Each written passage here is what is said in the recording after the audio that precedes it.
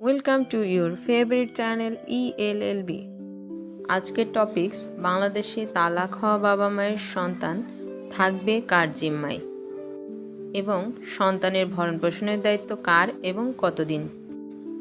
আমরা খুবই অল্প কথায় এবং সংক্ষিপ্ত সময়ে মূল বিষয়টি বোঝানোর চেষ্টা করি।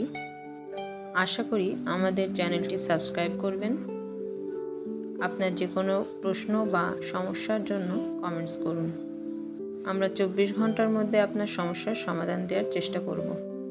অভিভাবক ও প্রতিপাল্য আইন 1890 অনুসারে 18 বছরের কম বয়সী সন্তানকে নাবালক হিসেবে বিবেচনা করা হয়।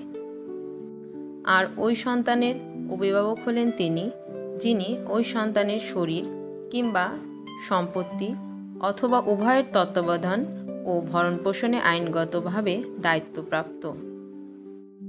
এই আইন অনুযায়ী নাবালকের স্বাভাবিক এবং আইনগত অভিভাবক হলেন পিতা।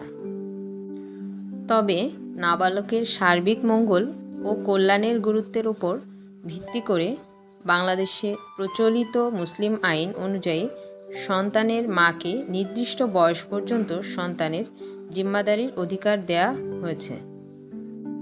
এক্ষেত্রে ছেলে শিশুকে 7 বছর পর্যন্ত মা তার জিম্মায় রাখবেন। সন্তানের জিম্মাদারির নির্দিষ্ট বয়স পার হলেই যে সন্তান বাবার জিম্মায় যাবে তা নয়। 7 বছর অতিক্রম করার পরও ছেলে সন্তানের সার্বিক কল্যাণের বিষয়টি বিবেচনা করে সন্তানের হেফাজত পুনরায় মায়ের উপর ন্যস্ত হতে পারে। সুতরাং সন্তানদের ভরণপোষণ দেওয়ার দায়িত্ব আইনগতভাবে বাবার। সাবালক হওয়া পর্যন্ত ছেলেকে এবং বিয়ের পূর্ব পর্যন্ত মেয়েকে বাবা ভরণপোষণ দিবেন।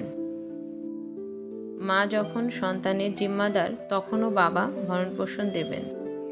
নতুন নতুন আপডেট পেতে চ্যানেলটি সাবস্ক্রাইব করুন। আপনাকে অগ্রিম ধন্যবাদ চ্যানেলটি সাবস্ক্রাইব করার জন্য।